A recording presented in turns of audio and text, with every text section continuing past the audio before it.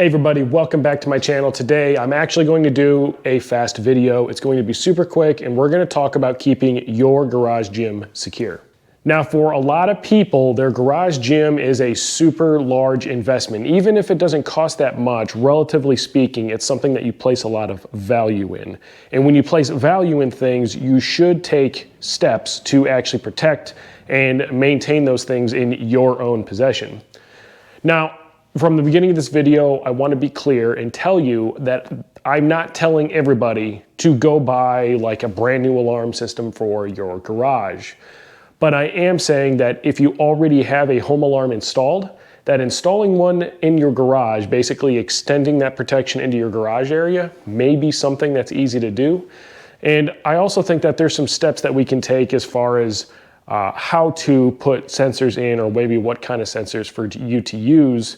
And doing that not only gives you that little bit of extra peace of mind, but it also does protect your home with one extra layer of security. So the first thing I want to really talk about is the valuation. Now, if you are like a $1,000 gym owner, so like let's say you have some kettlebells, or maybe you've just gotten super lucky as far as coming into used equipment, again, at $1,000, you don't want to be spending like $300 on a brand new system.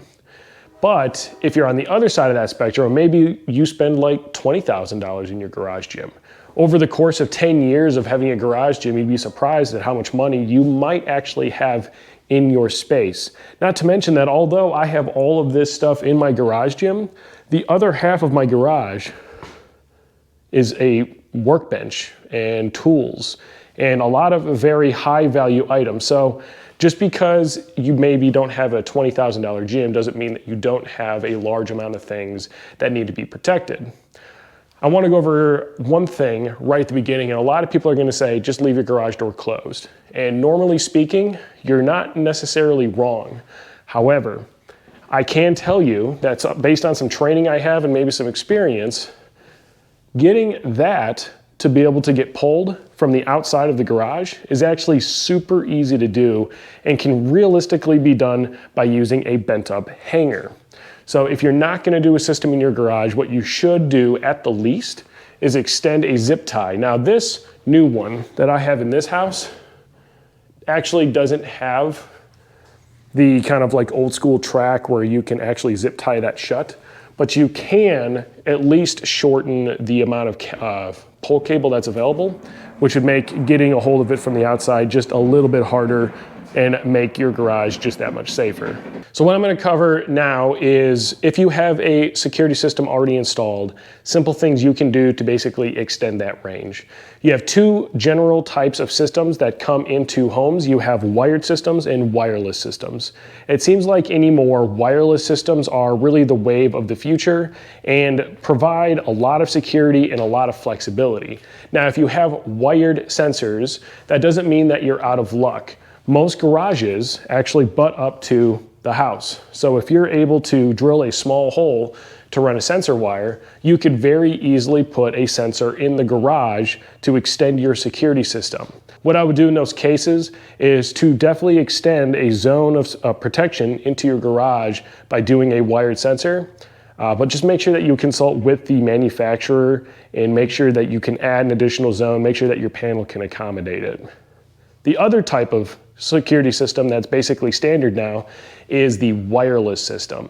This is offered through companies like Simply Safe, Ring, and there's a whole bunch. So like those are just two that I've recently researched. And I actually have a Google system, but Google, a bunch of jerks, basically stopped making their security system. The reason I want to focus on wireless security systems is because adding a sensor is super easy to do.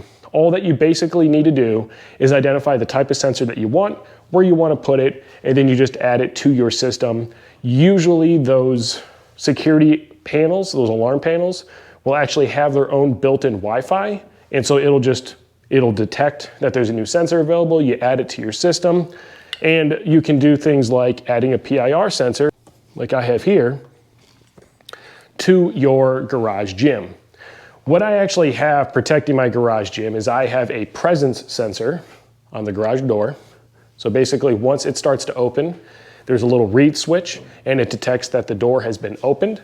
At that point, a timer is initiated if the alarm is set to on, and at the expiration of that timer, it sets off the home alarm. This is to allow me time, if I'm coming home, to be able to open up the garage and also deactivate the alarm. And there's a couple things with passive infrared that you need to keep in mind.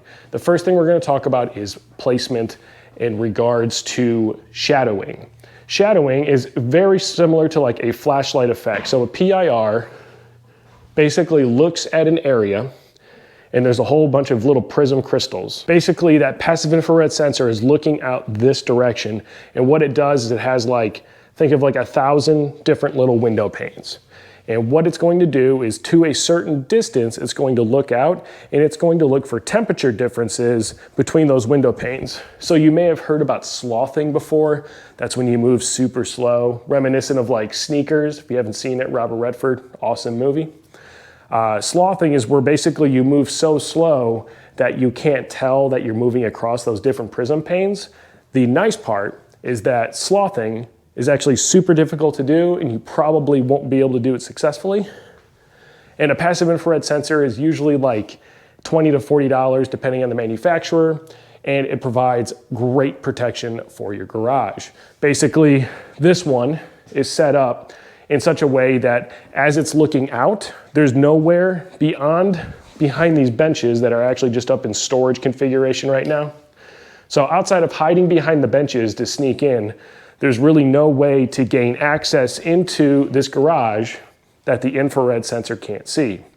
Some things to keep in mind is the reason that mine's all the way off to the side is because I am going to be putting in a power rack, and that power rack is going to come out to about here.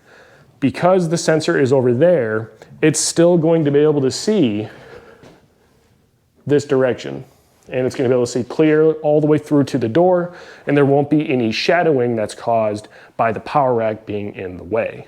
One thing I forgot to mention with passive infrared sensors, there is this idea that you can set a passive infrared sensor off by like phantoming through a window. So like people think that you can be on the other side of this window and fool the infrared sensor into putting a false alarm. That is actually not a thing. Now, if you put your hand on the window and you transfer your heat to the hand and it does detect enough of a temperature difference, then maybe, but even then it's not really likely because the amount of temperature change is going to occur so slowly and your hand isn't that warm that it really won't make that big of a difference. One other thing you might want to consider if you have large windows, and something I will be doing on my garage gym shortly, is actually getting one-way tinting or just some sort of tinting to make it more difficult to look into your garage from the outside. I also have a security camera located right up there. The security camera is mainly for me in this area. I want to be able to look in the garage and see a couple things, whether or not the door is open, see if anybody's using the garage. If there is someone that I know that's coming over to use the garage to work out, I can check in on them to make sure that they're okay. Also make sure that, if something goes missing, I can go through, review that footage, and potentially see where it may have walked off to. The camera does give me notifications if it does detect motion.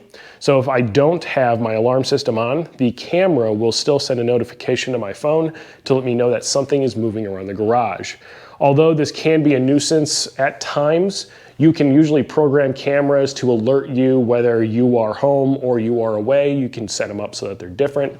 That's going to all come down to how you set yours up when you install it. Now, when it comes to protecting your stuff, you also want to keep in mind that you want to have different layers of security. So obviously, I have a door sensor, I have a passive infrared sensor right there, and then I have the camera. Now, what I have additionally, and really just kind of the very first layer of security, is I do have a security camera that's located outside the garage looking out. And that's able to see right down to where the garage threshold is, all the way out into the street. I have set up the camera so that if it detects motion in certain zones, it'll send my phone an update. It'll be like, hey, there's someone in your driveway, or there's somebody right at your garage door. And it'll tell me those different zones based on where it is actually detecting that motion off of.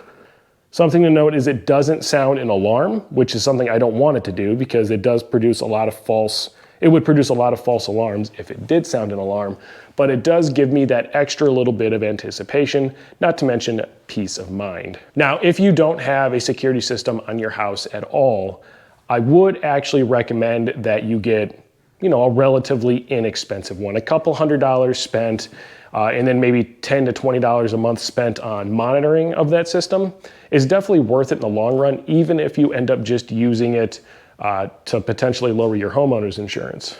Not guaranteed that it will, but it could. So if that's the case, I'd definitely recommend getting an inexpensive system and then just slowly adding to it over time. The things that you want to look for when you buy that system is that it has Wi-Fi cellular backup options, as well as professional monitoring services so that it can sound the alarm in the event that you're not at your phone to call 911. Without boring you guys though, that's pretty much it. So I just wanted to give a quick nutshell on some things that you could consider for your garage gym as far as security is concerned. Remember, it's not just your equipment you're protecting, it's also access points to your home. It's also all the tools. It's everything that's in your garage, everything that's in that space. So if you have a garage gym, do consider expanding your alarm system or buying an alarm system. It's not for everybody, but if you do want to give yourself that peace of mind, that is an easy way to do it. There are some links below, and if you click those will go to a couple different systems that I think work pretty well. Obviously, what you purchase is going to be based on your own threat assessment and risk acceptance as to what is in your area. But that's been it for this video. I appreciate you guys watching. Remember, when it comes to your garage gym, you want to keep it better, awesome, and badass, but also secure. You have yourselves a great week, and I'll see you next time.